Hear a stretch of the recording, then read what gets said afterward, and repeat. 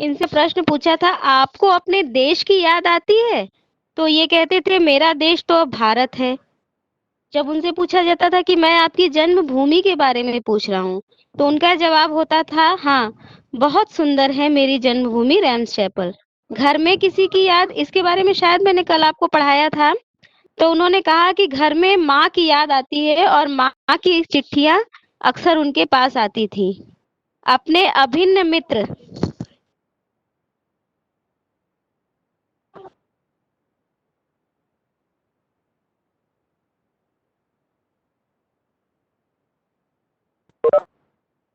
उनकी इतनी नहीं बनती थी, ज़्यादा लगाव नहीं था पिता और भाइयों के लिए।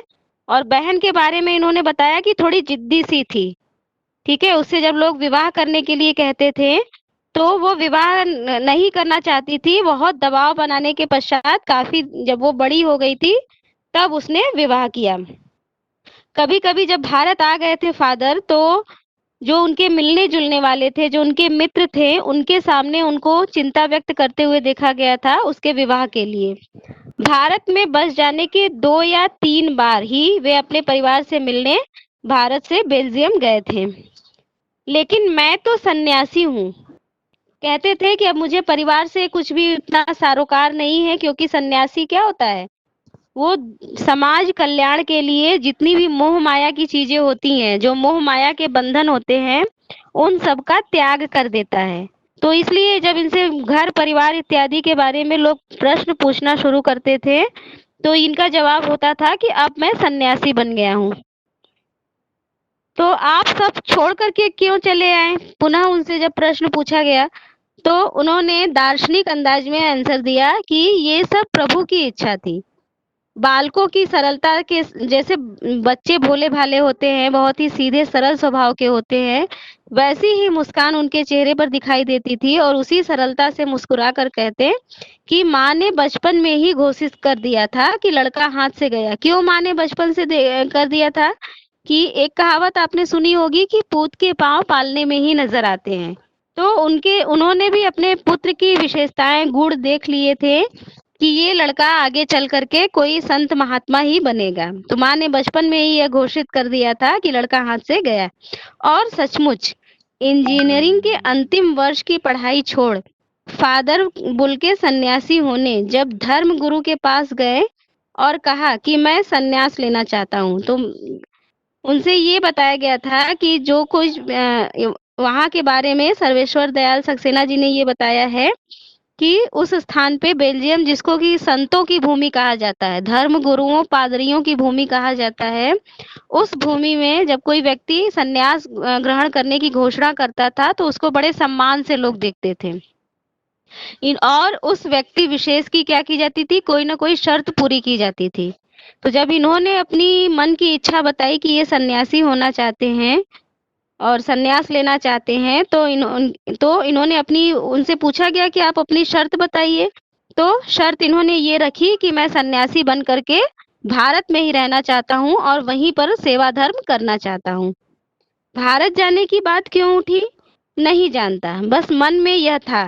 उनसे जब पूछा गया कि सन्यासी बनना ही था आपको, सेवा धर्म अपनाना ही था, तो आप अपने देश में भी रह के कर सकते थे, यूरोप में भी रह के कर सकते थे, किंतु आपने भारत में क्यों बसने की सोची? तो उन्होंने कहा, बस मन में ये बात थी कि मुझे भारत जाना है। वास्तुतः यह था कि वो भारत की संस्कृति से प्रभावित थे और वहाँ के धर्म गुरुओं ने, पादरियों ने उनकी शर्त मान ली और वह भारत आ गए। पहले जीसेट संघ में 2 साल पहले वो किसी चर्च में ही रह करके, जीसेट नाम का एक ईसाइयों का संघ था, उसमें ये 2 साल तक पादरियों के बीच में रहे और वहाँ की शिक्षा दीक्षा के अनुसार, यानी पादरी रीति के अनुसार इन्होंने धर्माचार की पढ़ाई की, यानी कि धर्म से संबंधित पढ़ाई की। फिर उसके पश्चात 9 से 10 वर्ष दार्जिलिंग में पढ़ते रहे। फिर उसके बाद कलकत्ता गए और बीए किया उन्होंने। उस समय, अब तो कोलकाता है, उस समय कोलकाता का नाम कलकत्ता था, ठीक है।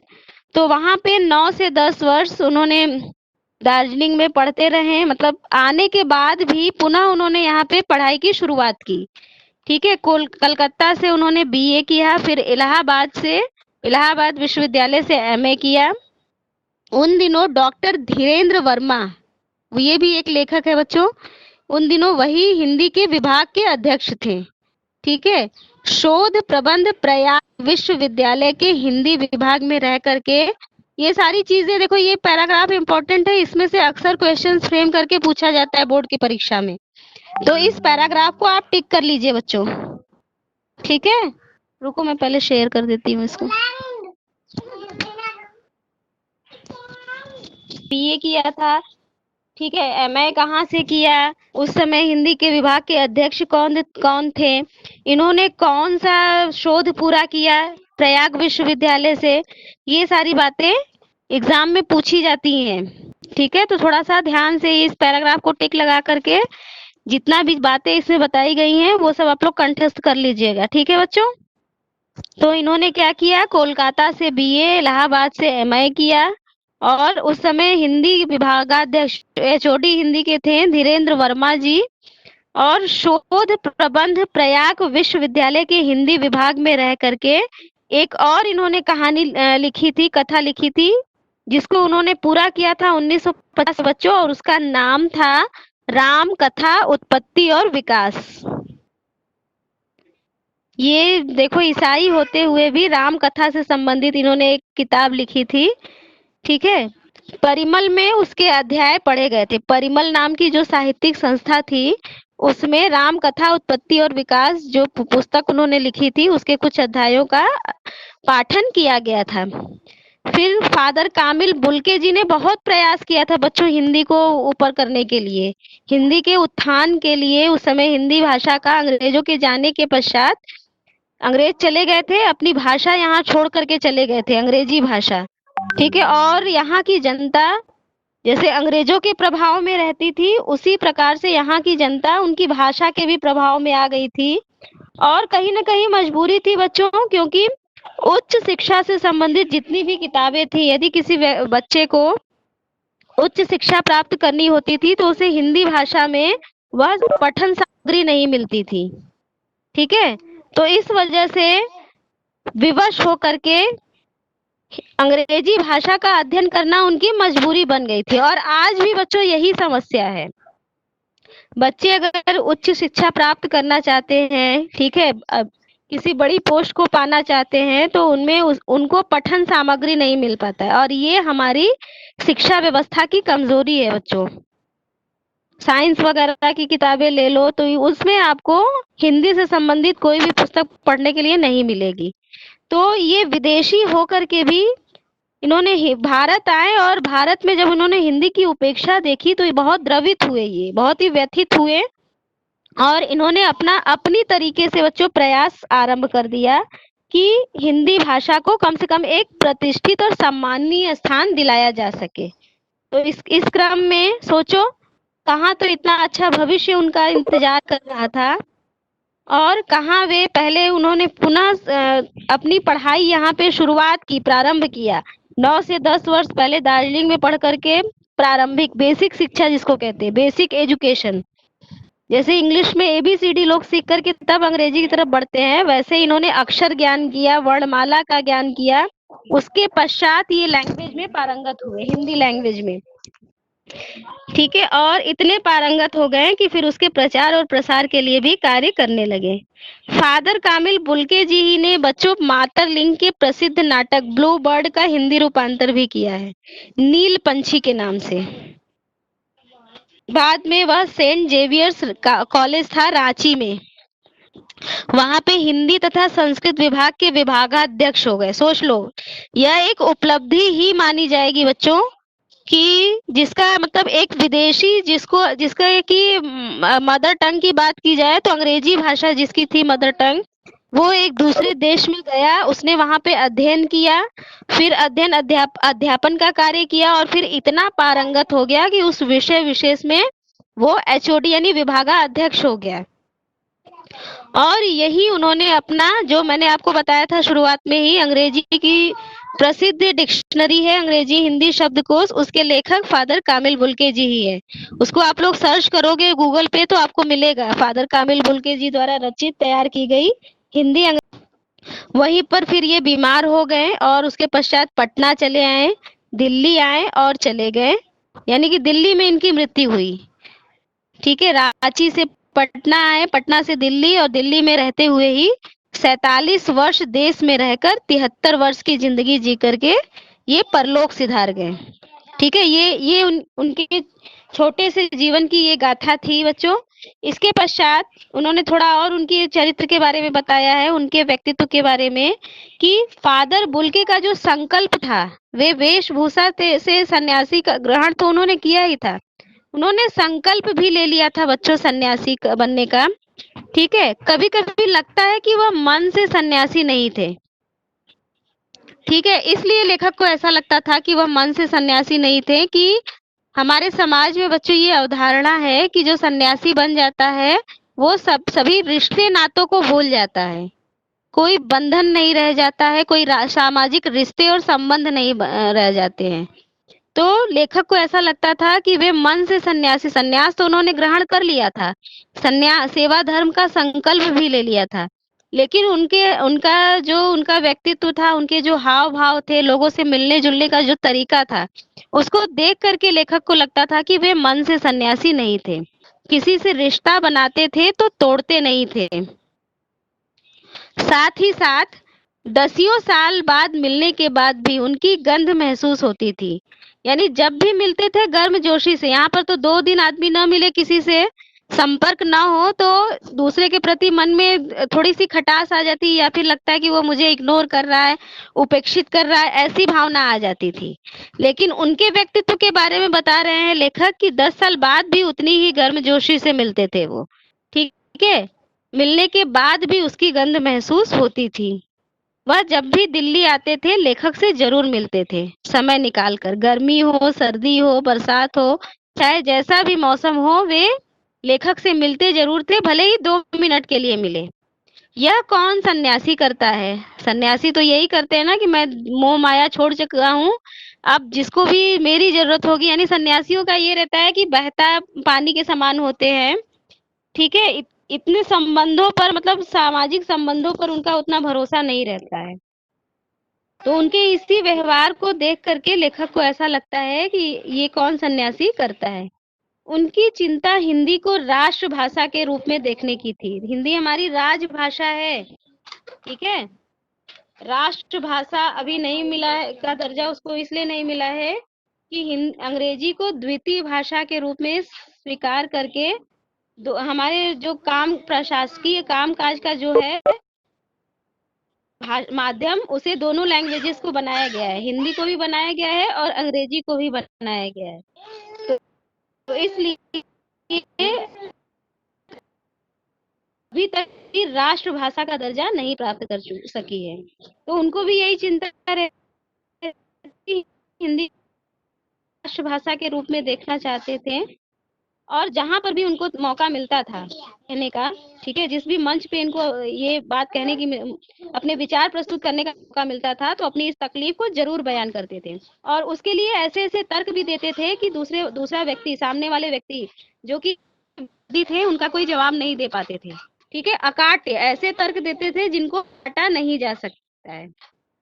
बस इसी एक सवाल पर उन्हें झुंझलाते देखा है। लेखक ने बताया ही है कि उन्हें कभी गुस्सा नहीं आता था, बस एक सवाल पर ही उनको झुंझलाते हुए देखा गया है, वो ये था कि हिंदी वालों द्वारा ही हिंदी की उपेक्षा पर दुख व्यक्त करते हुए उन्हें पाया गया है। घर परिवार के बारे में, निजी दुख के बारे में पूछना उनका स्वभाव था, ये उनके व्यक्तित्व में था, इसलिए पाठ का नाम भी रखा है मानवीय करुणा की दिव्य। बड़े से बड़े दुख में उनके मुख से सांत्वना के जादू भरे 2 शब्द सुनना एक ऐसी रोशनी भर देता था जो किसी गहरी तपस्या के पश्चात वरदान मिलता है ऋषि मुनियों को। उसी प्रकार से लेखक बता रहे हैं कि चाहे उनके किसी जानने वाले के ऊपर कितनी भी बड़ी तकलीफ क्यों ना हो, जब वे उसके दुख में पहुंच करके उसे सांत्वना देते थे, तो उस सांत्वना के शब्दों से जो सामने वाला जो दुखी व्यक्ति होता था, वो एक रोशनी से भर जाता था, ठीक है? जो किसी गहरी तपस्या से जन्मती है, और यह एक दान की भांति ही था। हर मौत दिखाती है जीवन की नई राह। लेखक बता रहे हैं कि हर मौत, किसी की मृत्यु हो जाती है, कुछ दिन हमारा शोक होता है, फिर हम जिंदगी में आगे बढ़ते हैं। तो मुझे अपनी और पुत्र की मृत्यु याद आई। लेखक को भी इस स्थिति से दो चार होना पड़ा। पहले उनकी पत्नी की मृत्यु हुई, फिर उनके पुत्र की मृत्यु हो गई। तो ऐसे समय में उनको सांत्वना देने वाले यही फादर कामिल बुल्के जी ही थे। फादर के शब्दों से झरती विरल शांति भी।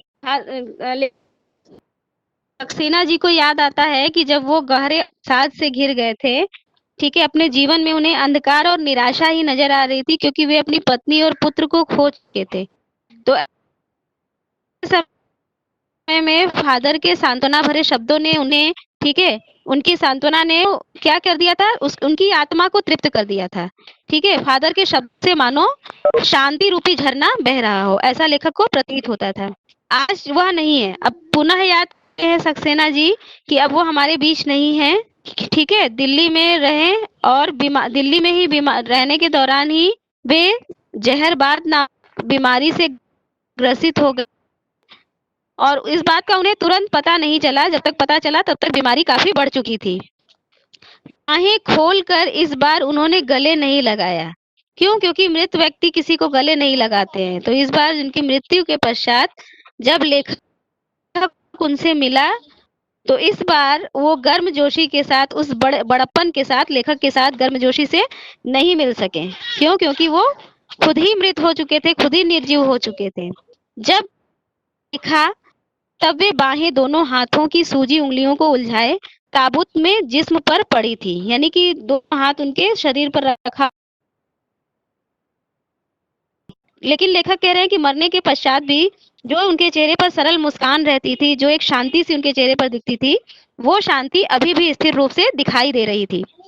ठीक है बच्चों, इतना ही आज के लिए क्वेश्चन सब पूछती हूँ, या तो फिर देख ही लो पूरा चैप्टर फिर क्वेश्चन पूछती हूँ। ठीक है, जब 82 की सुबह 10 बजे, ठीक है, ताबू के लिए लेके जा। दिल्ली में कश्मीरी गेट के निकलसन कब्रगाह में उनका ताबूत एक छोटी सी नीली गाड़ी में से उतारा गया। याद कर लेखक उस समय को कि कैसे 18 अगस्त 1982 की सुबह 10 बजे दिल्ली का कश्मीरी गेट में निकलसन नाम का कब्र, ठीक है, उसी में उनको दफनाने के लिए एक छोटी सी नीली गाड़ी से उतारा गया। और उनके कुछ पादरी थे, रघुवंश जी का बेटा, और उनके परिजन राजेश्वर सिंह उसे उतार रहे थे। ये लोग कुछ उनके अपने थे जिनके सानिध्य में वे रहते थे। उनका उल्लेख लेखक ने किया है। भारत आने के पश्चात फादर कामिल बुल्के जी के सानिध्य में इन्हीं लोगों के संपर्क करते थे। वे थे कुछ पादरी, रघुवंश जी का बेटा और उनके परिजन राजेश्वर सिंह।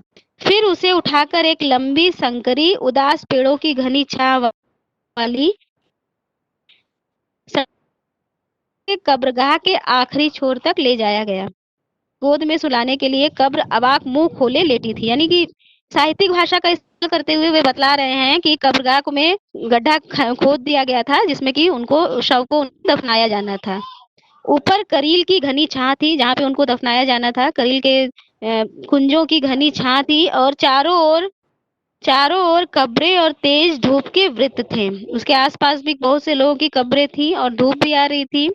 और यहाँ पे आगे उन्होंने देखो कुछ साहित्यकारों के बारे में बताया है। जैनेन्द्र कुमार जी एक साहित्यकार हैं, विजेंद्र स्नातक, अजीत कुमार, डॉक्टर निर्मला जैन, मसीही समुदाय, मतलब काफी इकट्ठे हो गए थे उनके इस अंतिम संस्कार में।